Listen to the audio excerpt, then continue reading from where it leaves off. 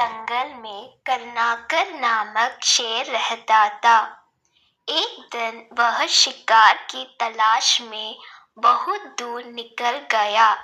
शाम हो चुकी थी, कोई शिकार हाथ नहीं लगाता। ऊपर से वह थक कर चूर हो चुका था। तभी उसे एक गुफा दिखाई पड़ी। वह गुफा के अंदर चला गया। गुफा काली थी। शेर ने सोचा, अवश्य यहाँ रहने वाला जानवर बाहर गया है। रात होते होते वह गुफा में वापस जरूर आएगा। ऐसा करता हूँ, तब तक यहीं चुपकर बैठता हूँ। जब वह जानवर आएगा तो उसे मार कर खा जाऊंगा और अपनी भूख मिटाऊंगा। वह गुफा में एक कोने में चुपकर बैठ गया। वह गुफा दक्षिपूछक नामक गीदड़ की थी।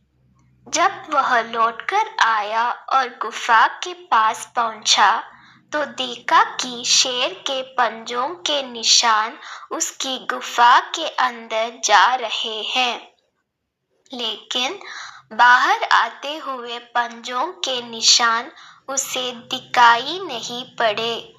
वह समझ गया कि उसकी गुफा में कोई शेर गया है। उसे यह भी संदेह था कि वह अब भी अंदर ही बैठा हुआ है।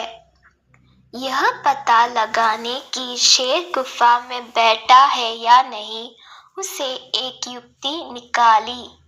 गुफा के द्वार पर खड़ा होकर वह तेज आवाज में बोला, मित्र, मैं वापस आ गया हूँ।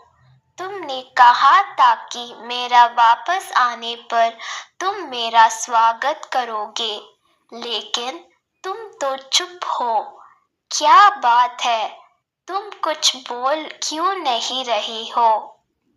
जब गीदड़ की आवाज शेर के कानों में पहुंची तो उसने सोचा कि ये गुफा अवश्य गीदड़ के आने पर उसका स्वागत करते हुए कुछ कहती है। शायद मेरे यहाँ होने के कारण आज यह चुप है। अगर गुफा कुछ ना बोली तो कहीं गीदड़ को संदेह न हो जाए और वह वापस ना चला जाए। इसलिए वह गर्ज कर बोला, आओ मित्र, तुम्हारा स्वागत है, जल्दी अंदर आओ। शेर की गरज सुनकर गीदड़ डर गया। वह उल्टे पैर वहां से भाग गया। इधर शेर बहुत देर तक गीदड़ ने अंदर आने की प्रतीक्षा करता रहा, लेकिन सब व्यर्थ रहा। अंत में उसे समझ आ गया कि गीदड़ उसे मूर्ख बनाकर भाग गया है।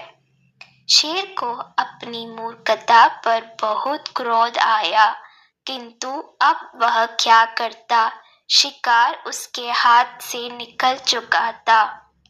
सीख, भविष्य के संकट को भांपकर जो बचने की युक्ति निकाल ले वह बुद्धिमान होता है।